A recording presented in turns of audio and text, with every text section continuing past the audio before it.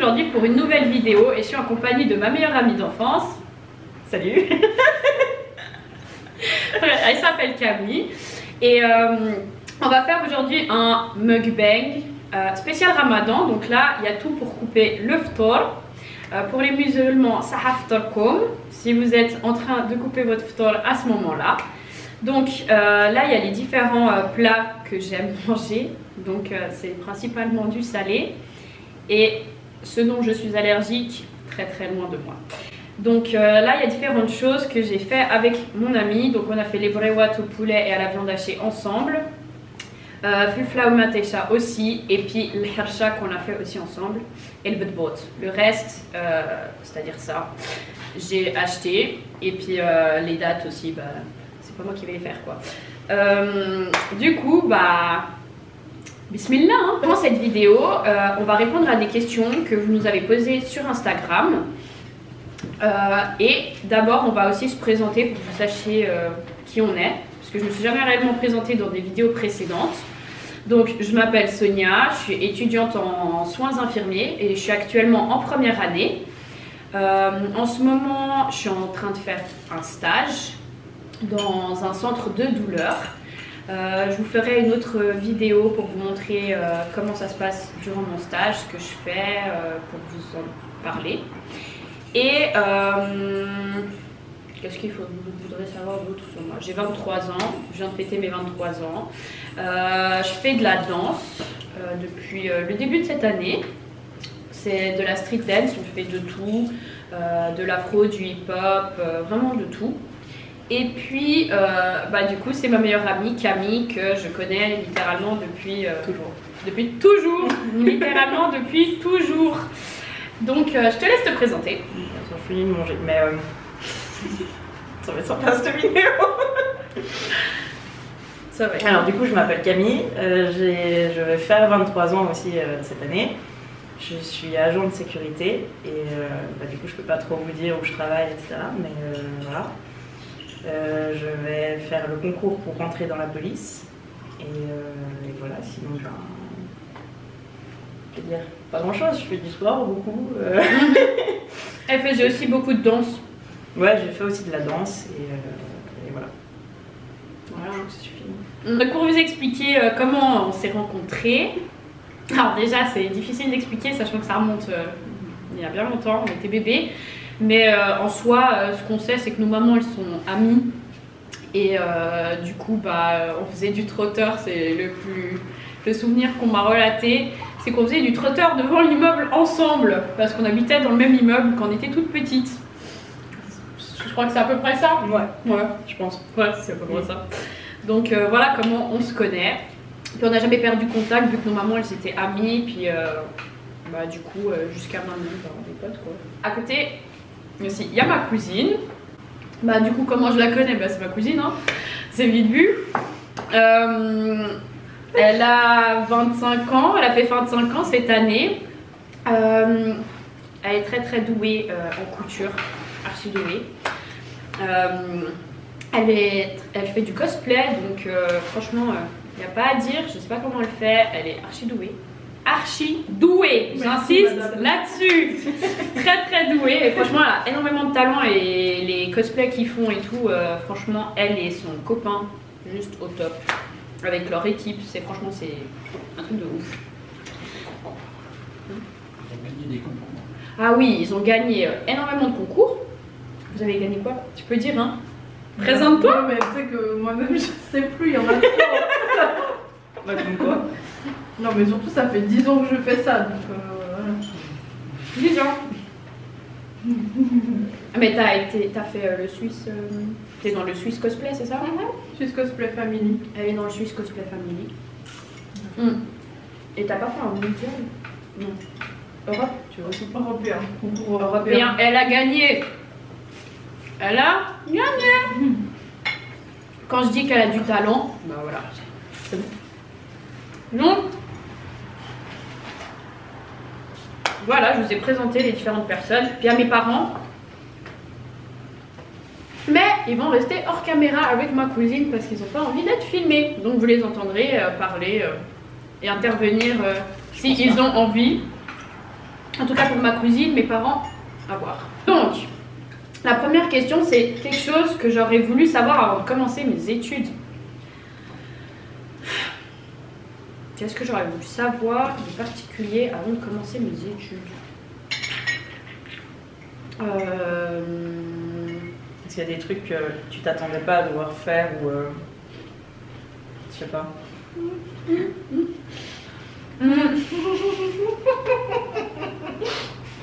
Certes. Les travaux de groupe, je pensais plus en avoir déjà. Oui, pas beaucoup. Ouais, oui. Voilà.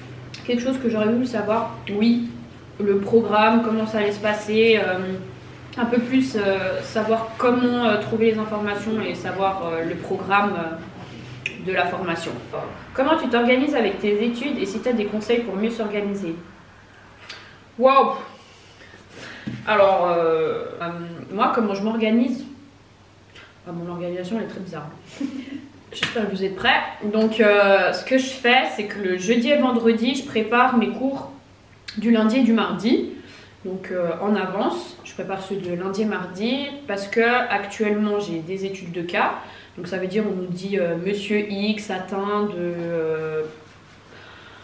de diverses pathologies, machin, on nous donne ses traitements et puis on doit faire par rapport à l'étude de cas, dire ce qu'on doit faire en tant qu'infirmier, les surveillances, comment s'y prendre dans la prise en charge, on va faire tout ça. Donc ça c'est un temps déjà, je pense à peu près 2 à 4 heures de préparation. Oui, c'est énorme. Pour les cours pratiques, il faut lire énormément d'articles. Énormément. Donc c'est pour ça que j'ai toujours de l'avance, j'essaye d'avoir de l'avance, pas de préparer le jour d'avant parce que des fois on est étonné par le nombre de pages d'articles ou de préparation et surtout qu'on a des choses à préparer des fois une semaine à l'avance pour l'envoyer au prof. Donc ouais, le jeudi vendredi je fais les trucs de lundi mardi, voire mercredi, ça dépend du nombre de choses qu'il faut préparer et quels jours ils sont. Et puis le lundi et mardi, du coup, je prépare les choses de 20 semaines et du coup, ça me laisse à peu près le mardi et le mercredi tranquille pour après les cours, je suis assez tranquille, j'ai moins de choses à faire. Mais comme j'ai la danse le jeudi, j'essaye toujours de travailler plus le vendredi et les débuts de semaine. Donc je vais à fond le vendredi. Comment toi tu t'organisais? Bah moi, oui, alors j'ai été à l'université pendant l'équivalent de 2 ans avant de changer totalement de voie. Mais bon, j'avais les cours en présentiel, parce que c'était avant le coronavirus. Et du coup, moi, j'étais plutôt du genre à déjà relire les cours que j'ai eus dans la journée, relire mes notes le soir même. Je fais ça aussi. Histoire de bien garder en mémoire et recorriger mes notes si jamais il y a des phrases qui n'étaient pas très françaises. Tu prenais des notes? Ouais.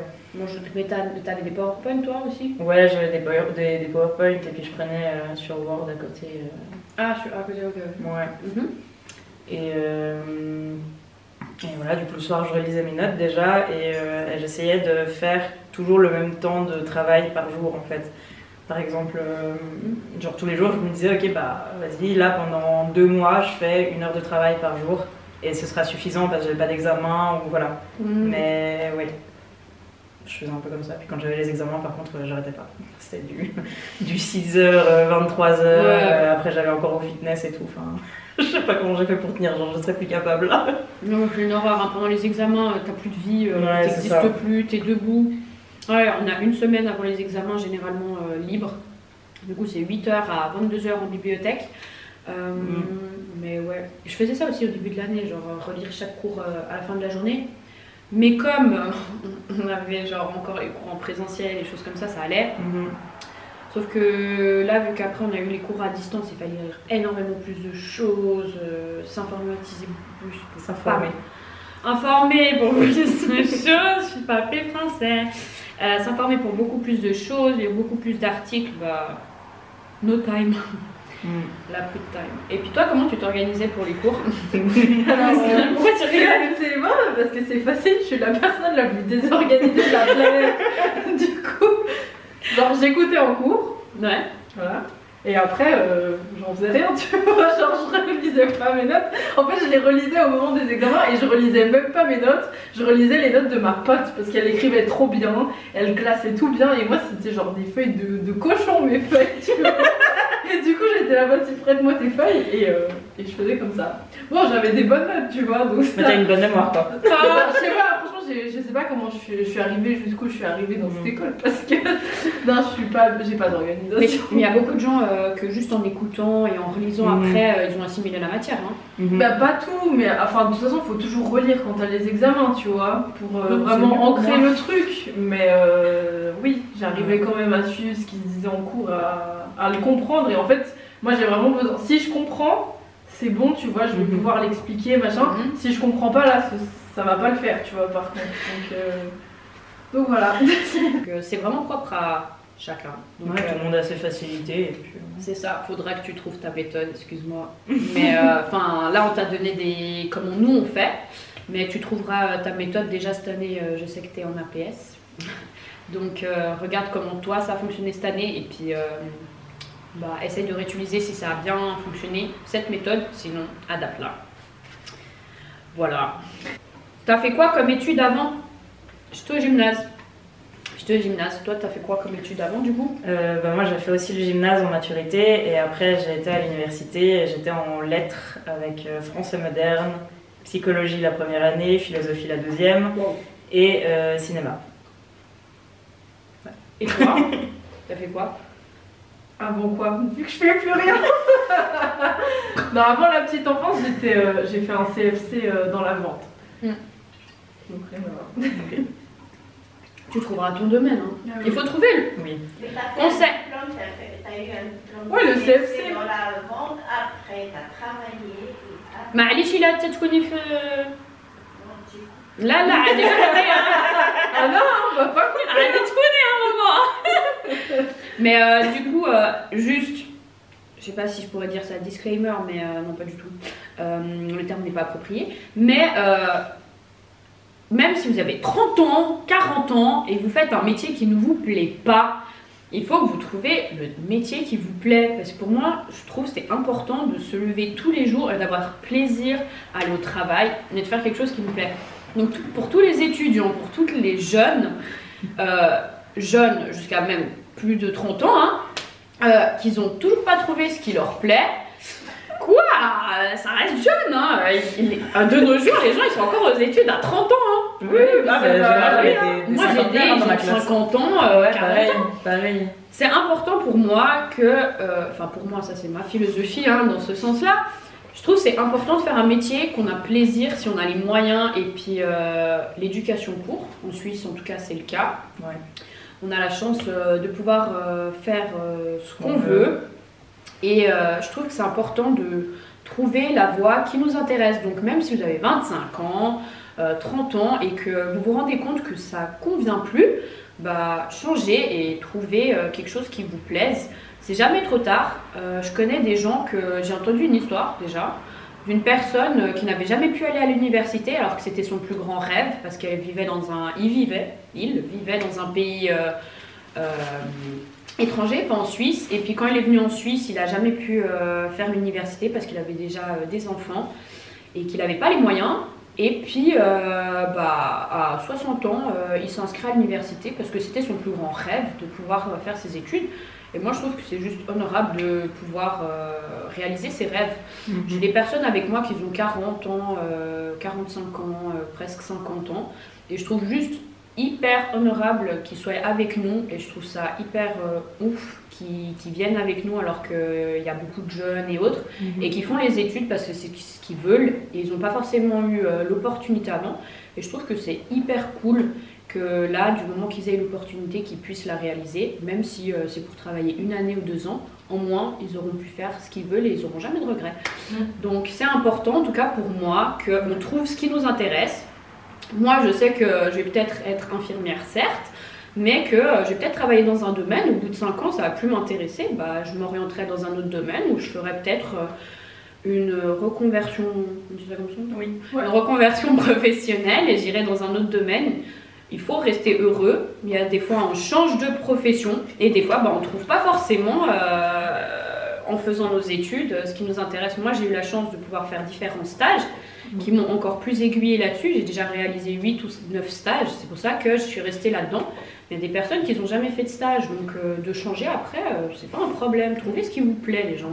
Puis des fois, enfin moi c'est ce qui s'est passé pour moi, mais c'est une fois que tu as les deux pieds dedans que tu te rends compte finalement C'est pas que pour toi. enfin, moi c'était ma vocation, tu vois, j'étais vas-y je veux faire ça.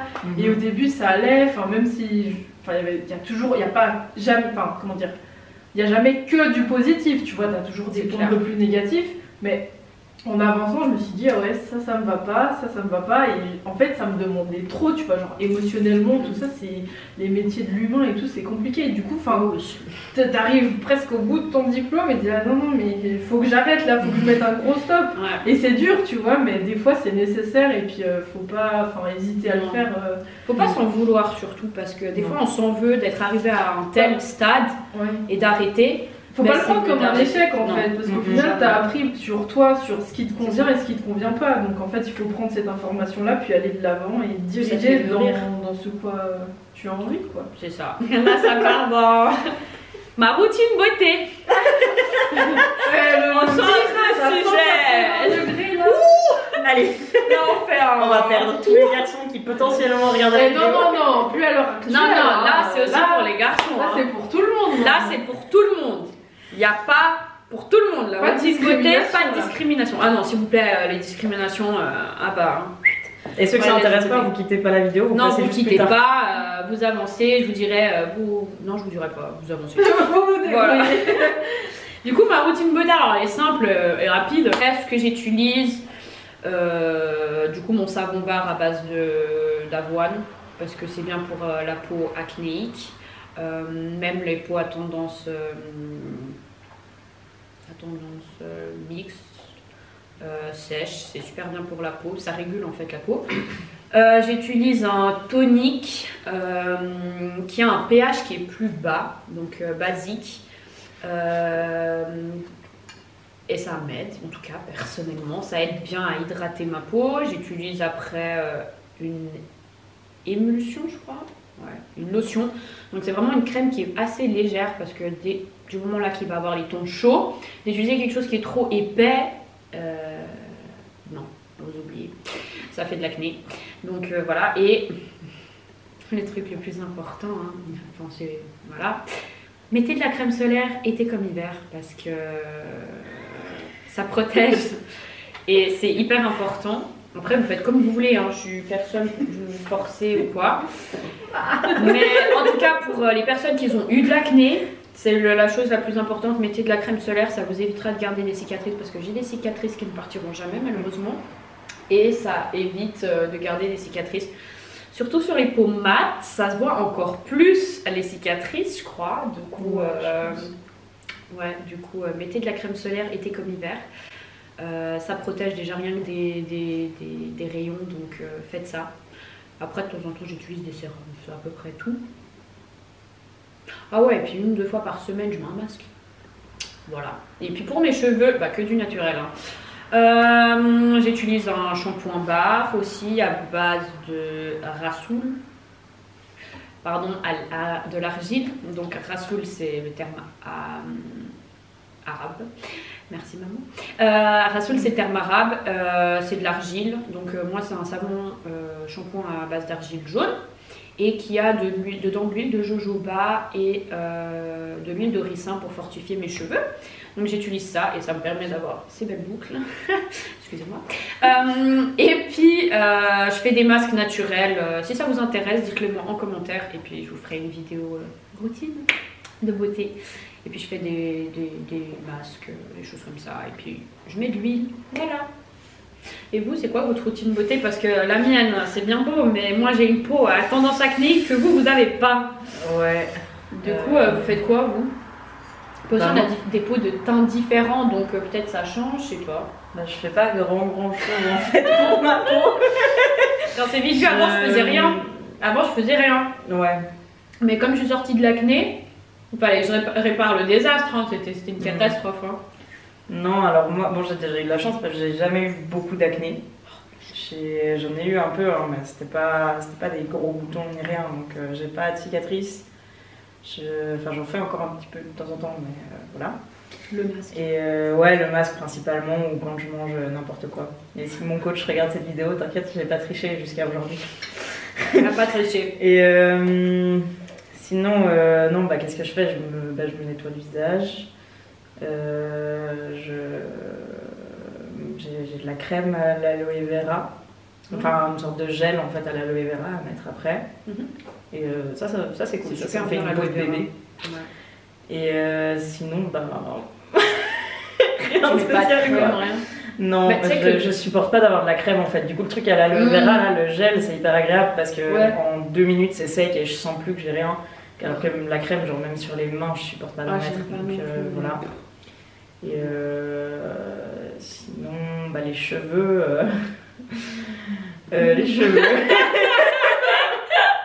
Faut savoir que c'est la personne qui est passée par le plus de couleurs de mes connaissances. Ouais. C'est pas du tout une critique, hein. Franchement, toutes les couleurs qu'elle a eues, je sais même pas comment c'est possible, ça lui allait tout. Du coup, voilà. Et elle s'est passée par toutes les longueurs. Oui, ouais, en fait, de base, je suis blonde, donc déjà, je ne le suis plus, mais voilà, et bah, du coup, j'ai un peu détruit mes cheveux aux colorations et décolorations. Mais là, ça va, ils sont nouveaux. Bon, j'ai les pointes qui sont un peu fichues, mais c'est parce que ça fait longtemps que j'ai pas été. Je les ai lavées hier. Mais sinon, non, bah là, ça fait 3 ans que je suis au naturel, que je me les sèche plus à la chaleur ni rien. Voilà. Donc, bah ouais, ça leur a fait du bien, clairement. Ils poussent beaucoup plus vite. Et, par contre, je galère toujours à trouver des masques et autre chose pour faire tenir les boucles que j'ai de base. Mais bah, typiquement, je me suis lavé les cheveux hier et j'ai déjà pleuré. Triste. Voilà. Triste. T'arrives juste à me passer de l'eau, s'il te plaît. Ouais, Et puis toi, tu fais quoi pour ta routine beauté? Spécial, moi je me lave tous les matins le visage à l'eau fraîche. Non mais sans déconner, ça c'est. Ouais, Depuis que tu es petite, tu fais juste de l'eau, même pas Ah oui, t'as des vraiment... 10 000 gels, de l'eau Non, tu passes sur le juste un peu, visage. ouais. Pour moi, c'est la base, tu vois, tous les matins. Après, j'hydrate de temps en temps avec de la crème. Mais sinon, je pense que j'ai juste de la chance de pas avoir. Enfin, j'ai jamais eu d'acné. T'as de la chance, pas J'ai des point, quoi. petits boutons sur le front, tu vois, mais j'ai Ouais, pas. c'est pas- J'ai jamais eu de la forte acné ou quoi, même quand je mange n'importe quoi. Donc, par rapport à ça, j'ai On n'a pas tous la même chance. Hein. Voilà. Ouais. Comment consommer local, donc suisse ou bio, en étant étudiant/jeune, avec une situation financière basse? Voilà. Voilà. Bah, je pense déjà de consommer local. Il y a de plus en plus de personnes qui veulent le faire. Je trouve déjà c'est super bien parce que ça évite pas mal de problèmes de pollution, de choses comme ça. Donc déjà c'est super. Rien que tout ce qui est en vrac aussi, ça permet pour les étudiants d'éviter d'avoir des quantités astronomiques de choses. Rien que des fois les pâtes on trouve à 1 kg alors que 1 kg on n'en a pas forcément besoin. Ou le riz énormément aussi, donc ça permet d'avoir des quantités qu'on choisit.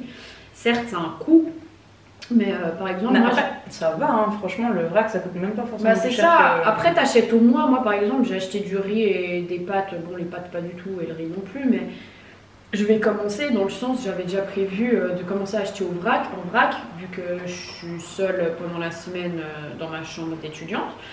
Mais ouais, enfin, je pense pas que ça a un coût beaucoup plus important. Après Non. les légumes oui, mais ce que je fais déjà rien que moi, c'est à part le lait, les produits on va dire qui se périment plus rapidement, yogourt, comme ça, des choses qu'on consomme plus rapidement. Donc le reste j'achète en fait pour 2 semaines ou le mois.